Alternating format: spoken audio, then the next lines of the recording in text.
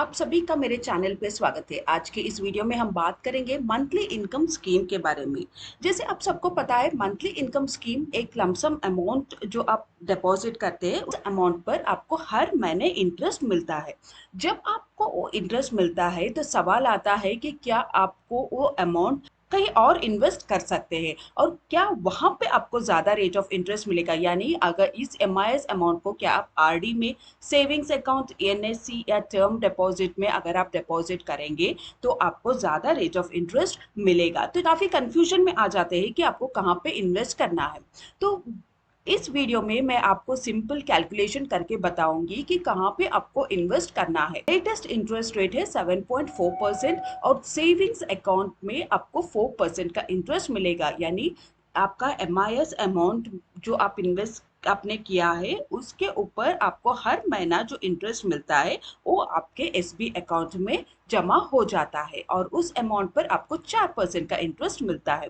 और अगर आप इन आरडी में इन्वेस्ट करना चाहते हैं तो आपको 6.2% का इंटरेस्ट मिलेगा। और अगर आप एमआईएस जो मंथली इनकम स्कीम है उसे आप सिर्फ एसबी अकाउंट में ही रखना चाहते हैं तो आपको 4% का इंटरेस्ट मिलेगा। इसका कैलकुलेशन मैं आपको सेपरेटली करके बताऊंगी ताकि आपको पता चलेगा कि कहाँ पे आपको ज़्यादा इंटरेस्ट मिलेगा। वही एमआईएस पे जो आपको हर महीना जो आपको इंटरेस्ट मिलता है, अगर आप उस अमाउंट को आरडी में इन्वेस्ट करेंगे जो 6.2% का इंटरेस्ट चल रहा है तो आपको कितना बेनिफिट मिलेगा। और इन दोनों को छोड़ के आप अगर directly NSC, national saving scheme, या फिर आप टर्म डिपॉजिट में इन्वेस्ट करेंगे वो अमाउंट तो आपको कितना रेट ऑफ इंटरेस्ट मिलेगा। वीडियो को एंड तक देखिए, मैं पूरा कैलकुलेशन करके आपको यहाँ पर बता रही हूँ। तो सबसे पहले हम देखेंगे एमआईएस। एमआईएस में एक पूरा जो कैलकुलेशन मैंने लिया है, अमाउंट मैंने 10 लाख के कैलकुलेशन पे लिया है और टर्म पीरियड मैंने 5 साल के लिए लिया है। तो एमआईएस में 7.4% का इंटरेस्ट चल रहा है और एमआईएस में आपको सिर्फ सिंपल इंटरेस्ट ही मिलता है। और आप अगर हम यहाँ पर 10 लाख रुपए इन्वेस्ट करेंगे तो 5 साल के बाद आपको इंटरेस्ट मिलेगा 3,70,000 रुपीज। यानी टोटल रिटर्न्स आपको मिलेंगे 13,70,000 आपको रिटर्न्स मिलेगा। इसी एमआईएस अमाउंट को अगर आप एसबी अकाउंट में ही रहने देंगे, यानी हर महीना जो पोस्ट ऑफिस में आपको एमआईएस का इंटरेस्ट मिलेगा वो डायरेक्टली आपके एसबी अकाउंट में ही जमा होता जाएगा। और अगर आप चाहे तो वहां पे हर महीने आप निकाल सकते हैं। और अगर आपको उसकी ज़रूरत नहीं है और आप एसबी अकाउंट में ही 5 साल तक रखेंगे तो एसबी अकाउंट में फिलहाल 4% का इंटरेस्ट आपको मिल रहा है। तो 4% का इंटरेस्ट अगर हम पकड़ेंगे तो टोटल इंटरेस्ट अमाउंट के ऊपर तो आपको टोटल 5 साल के बाद आपको मिलेगा 4,09,462 रुपीज मिलेगा। यानी एमआईएस के अमाउंट और आपका एसबी अमाउंट का जो इंटरेस्ट होता है उसको टोटल पकड़ के आपको मिलेगा 14,09,462 रुपीज आपको मिलेगा। आप चाहते हैं कि आपको एसबी अकाउंट से भी ज्यादा इंटरेस्ट मिले तो आप उसे आरडी में डिपॉजिट कर सकते हैं।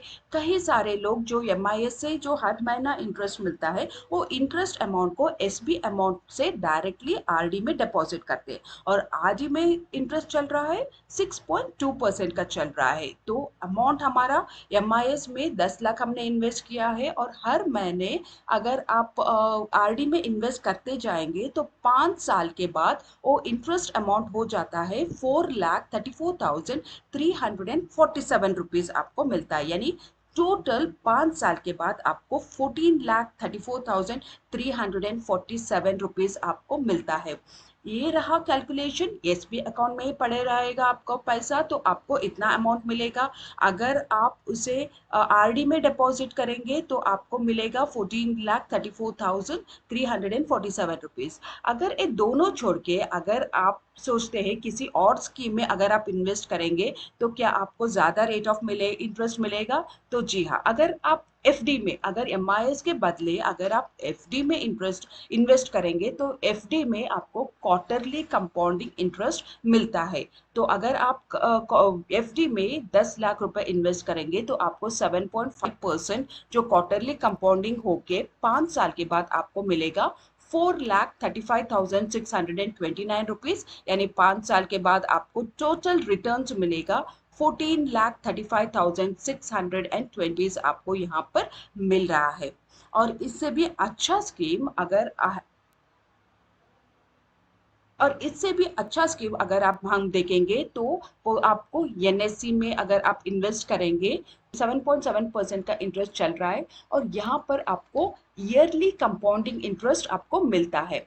और अगर आप 10 लाख रुपए इन्वेस्ट करेंगे तो आपको इंटरेस्ट मिलेगा 4,49,034 रुपीज 5 साल के बाद। तो आपका टोटल रिटर्न्स हो जाएगा 14,49,034 रुपीज। तो ये रहा आपका एनएससी का इंटरेस्ट जो आपको 5 साल के बाद मिलेगा।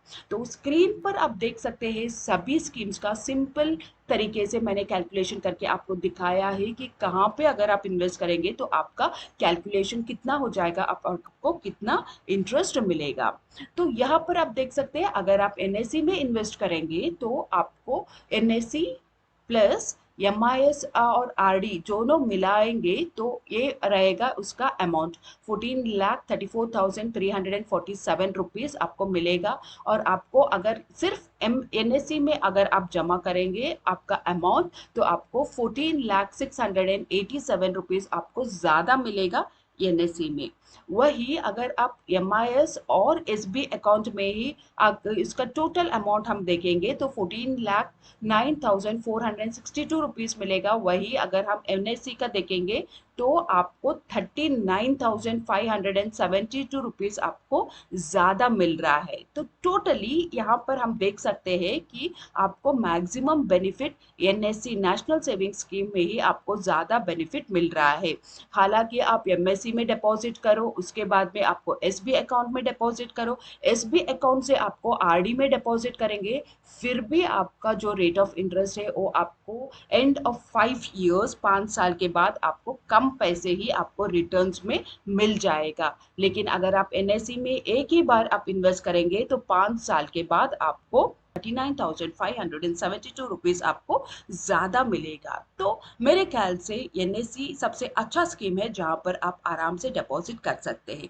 हाँ, अगर आपको हर महीने पैसे की जरूरत पड़ सकता है, आपको पड़ेगा हर महीने कुछ अमाउंट, तो आप एमएससी एमआईएस में डिपॉजिट कर सकते हैं। और एसबी या आरडी में, एसबी से बेहतर है आप आरडी में डिपॉजिट कर सकते हैं। थोड़ा सा अमाउंट निकाल के थोड़ा सा अमाउंट आप रख सकते हैं आरडी, आपके हिसाब से आप कैलकुलेट करके देख सकते हैं आपको कितना ज़रूरत है, और जितना ज़रूरत नहीं है वो आप आरडी में ट्रांसफ़र कर सकते हैं। लेकिन अगर आपको 5 साल तक उस अमाउंट की ज़रूरत नहीं है तो बेहतर है आप एनएससी में आप डिपॉजिट करें, क्योंकि वहाँ पर आपको ज़्यादा इंटरेस्ट मिलेगा।